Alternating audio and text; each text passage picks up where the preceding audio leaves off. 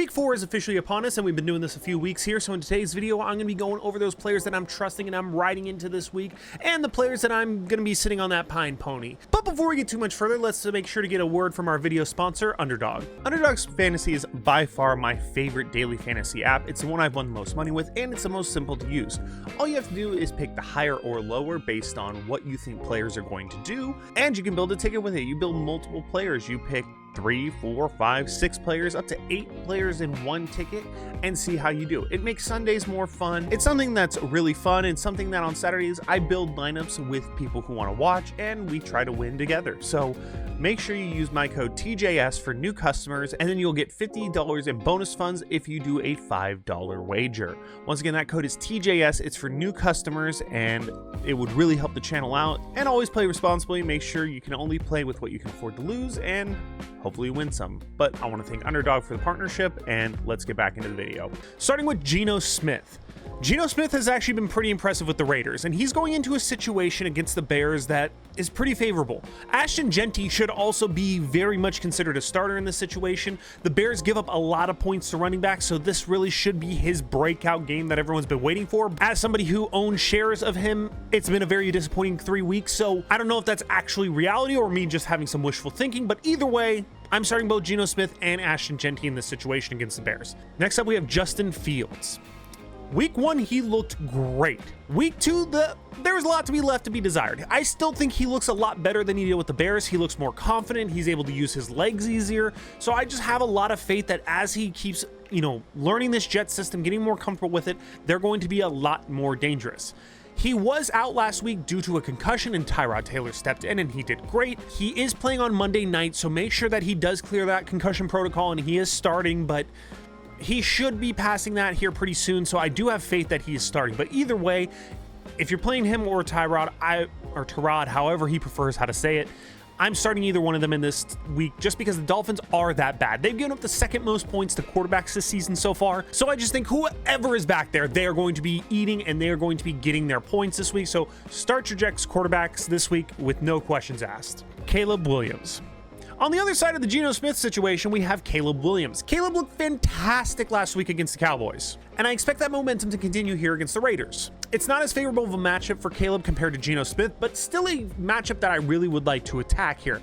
I like Rome Odunze in this game. I think that they are really going to be connecting. Luther Burden III is starting to come into his own as well, so I like him in this matchup too. Go ahead, get them in your lineup, start them right now.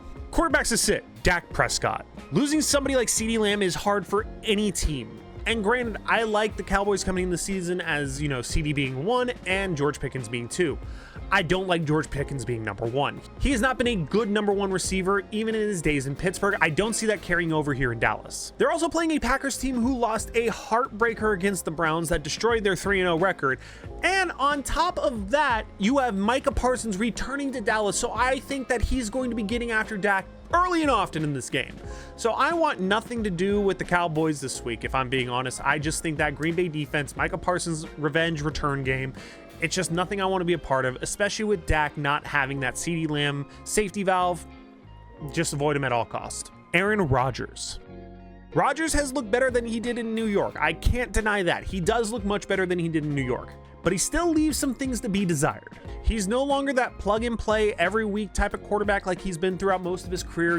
It's now more of a, you got to look at the matchups, you got to look at the situation. I don't like the situation this week. It's the first game in Dublin, and there's always weird things that happen in those games, time adjustments, everything to that degree. Not to mention the Vikings have given up the 3rd least points to the quarterback position. They're able to get pressure and maintain those quarterbacks to the point where they're not able to throw the ball and get those points. I don't see Aaron Rodgers being able to do anything about that. Now, not to say that Aaron couldn't break out, but just with this situation, I don't trust him, especially if you have a 1-2 or an 0-3 team in fantasy.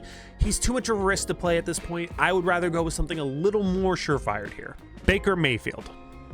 Baker's been playing out of his mind this season, but there's an issue. Mike Evans is doubtful. Chris Godwin is still out. That still just leaves Emeka Mbuka and Sterling Shepard as your 1 and 2 wide receiver right now. That's not a favorable matchup for me. The Eagles have a defense that is very good. They are basically the best NFC team currently on paper, if you ask me. I don't think the Bucs are going to be able to be in this game. Yeah, the Eagles have a mid-tier defense when it comes to the passing game, but basically only have Emeka Mbuka as your wide receiver 1. I don't see Baker being able to spread the ball around as easily, and I think the Eagles are going to be able to shut that down. So I'm not trusting Baker this week. As hard as that is, I'm not trusting him. A bonus sit, Jackson Dart. I like Dart over Wilson. I've been calling for it basically since the start of the season. Actually, before the start of the season. During preseason, I think I was saying Jackson Dart should start. But here we are in this situation, going against a Chargers team who is very good against teams. They're a good defense in general. They're going to be able to trick this rookie, I think, very easily. So I'm not really going to trust him in his first outing against a very good defense to put up a lot of points. I could be wrong. He could go out there and light it up. But again, fantasy is all about risk aversion. I'm avoiding this risk at all costs. Love his long-term outlook, just not this game. A start running back, Omarion Hampton. The unfortunate season-ending injury to Najee Harris is sad. I wish him the best in recovery. After Harris got hurt, he looked amazing. He looked like he could be that guy, and I just think this is going to be a game where he starts as the RB1 and finishes as the RB1. Like I mentioned, the Giants are starting Jackson Dart, which that game could get out of hand pretty quickly, meaning they're going to resort to the running game to wind the clock down, giving Hampton more opportunities to basically just get experience and get comfortable running that football. The Giants have given up the 4th most points to running backs, so again, a favorable matchup, a chance to prove himself, a hungry kid. I love Omarion Hampton. I like Justin Herbert. I love all the Chargers receivers. Plug and play every Chargers player you can because I really think this is going to be a blowout type game. Jordan Mason. He looked great as a starter last week. There's no denying it. The Steelers have given up the 11th most points to running backs, so again, middle tier defense, a chance for him to really establish himself, and in Dublin again makes sense for me. I don't know about you, especially with Carson Wentz still being the starter. They're going to rely on the run game more than the pass game, which really sucks because Jordan Addison comes back this week and having Justin Jefferson. So the passing game could be open, but I don't trust Carson Wentz to get the ball out to them. That's why I'm really leaning more towards somebody like Mason to be able to get the ball, get running, and do his thing. And I really like this matchup, and I think Mason is really going to eat in Dublin this week. J.K. Dobbins. J.K. was seen as an obstacle to most fantasy owners of getting R.J. Harvey into that starting role. Surprisingly, Dobbins has basically found the fountain of youth, and he looks amazing. He has not been able to give an inch to R.J. Harvey of getting that starting role. He's a perfect fit for Peyton's system, and I think that's going to continue again here this week. The Bengals are unable to stop the run. They've given up the 2nd most fantasy points to running backs this season. And this could be a situation where the Broncos are up big because Jake Browning does not look good as a Bengals quarterback. He really doesn't. Again, a game where the Broncos could be up, getting Dobbins more touches. I really like him this week, and I think he gets in the end zone. Running backs to sit. Krosky Merritt. I love Bill this season. He has been great, but the problem is that the Commanders have 3 great running backs, even with Austin Eckler going down on season-ending IR. They're not feeding Bill like he is a running back 1, and that is the issue. I like his season-long outlook in this situation, but until he starts getting those touches, at least dominating, at least not being a share, basically even split, I can't play him. That's basically where it is. And not to mention that the Falcons are one of the best defenses against running backs. It's just not a good matchup, not a good situation this week. So I'm just going to have Bill ride that pine pony this week. Cam Skattebo. The man has been very good this season. Can't deny it. He looked great last week, had his bit of a breakout game, but again, still splitting touches on a very bad Giants team going against a very good Chargers team who's able to stop the run. And unfortunately, that's going to cut into Cam's workload, and it's just something I don't like this week, so I'm definitely sitting Cam Skattebo this week. Wide receivers to start. Tet McMillan. Tet is Young's favorite target right now. He's gotten at least 8 targets a game, with the least coming out last week with only 8.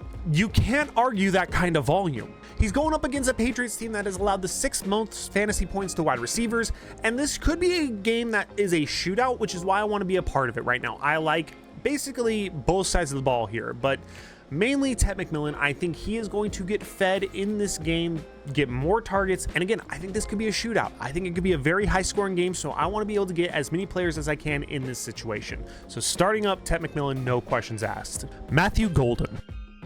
Golden hasn't had his breakout game yet. First 2 weeks, I think the most he got was 2 targets. Last week, he was able to get 4 targets and about 50 yards, so it's more of a favorable situation this week because I feel like him and Love are starting to finally develop that connection. The Cowboys have also allowed the most points to wide receivers this year, so I'm revving up any Packers wide receiver I basically have this year. The only reason I'm leaning more towards Golden in this situation is his big play ability.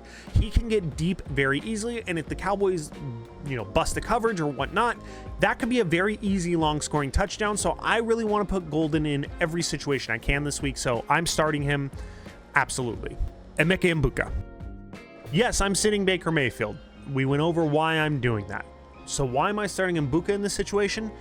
Because I think they are going to funnel the ball to him. I think he is going to get his touches. I think he's going to get his yards. He could potentially get a touchdown, but I don't think it's enough to sustain Baker, but definitely enough to sustain Egbuka. It's a true test for the rookie and to see if he could eventually be a replacement for Mike Evans, or is he going to be more of a Chris Godwin? This is what we're going to see. So it's an exciting matchup, but I'm revving this kid up just because the volume should be there. Sit wide receivers. Calvin Ridley. The Calvin Ridley experience has been an utter disappointment in Nashville. Cam Ward and him don't really seem to be on the same page, and they're not able to connect, which again, he's a rookie quarterback. It's going to take him time.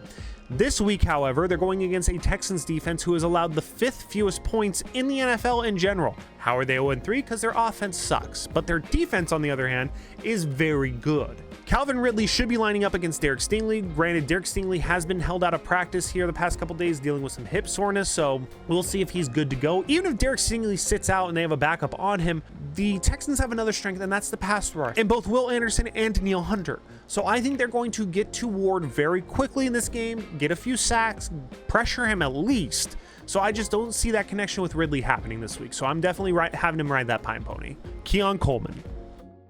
Keon Coleman looked like a gem after week 1. He had a bunch of targets. He looked like Josh Allen's favorite target. It looked like a match made in heaven. The last 2 weeks, however, have been horrible. They have not been able to connect the same way, and it just doesn't look like they're on the same page. The Bills are playing a very bad Saints team, and that also kind of factors into why I want to bench Coleman this week, because I think the Bills could be up very easily in this game, and it could be a James Cook game where they just let him feast on this very bad Saints team. I don't hate Coleman the rest of the season, but I just want to see more of a connection with him and Josh again, because that week 1, that looked so promising. I really liked him, but again, the last 2 weeks, it's just not been there. So hopefully that picks up, but this week he is riding that pine pony, and I'm not trusting it. Brian Thomas Jr. Obviously, it's hard to bench a wide receiver you probably took in the first or early second round. But if you can, I would. If you have the ability and you got somebody on the waiver wire that you're able to plug and play instead of Thomas, I would take that every chance you can.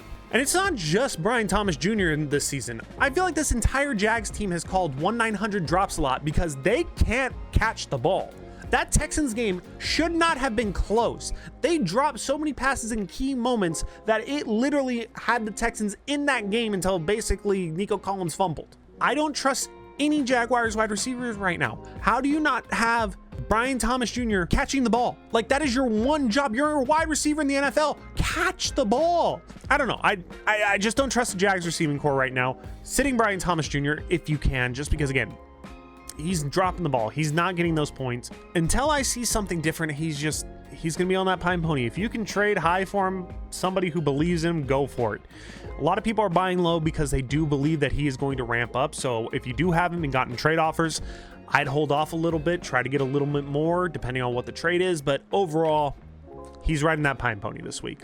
And that is my list this week, guys. What do you think? Let me know down in the comments down below. Make sure you leave a like, comment, and subscribe to this channel. Hit that little bell notification to get notified to all of my videos here.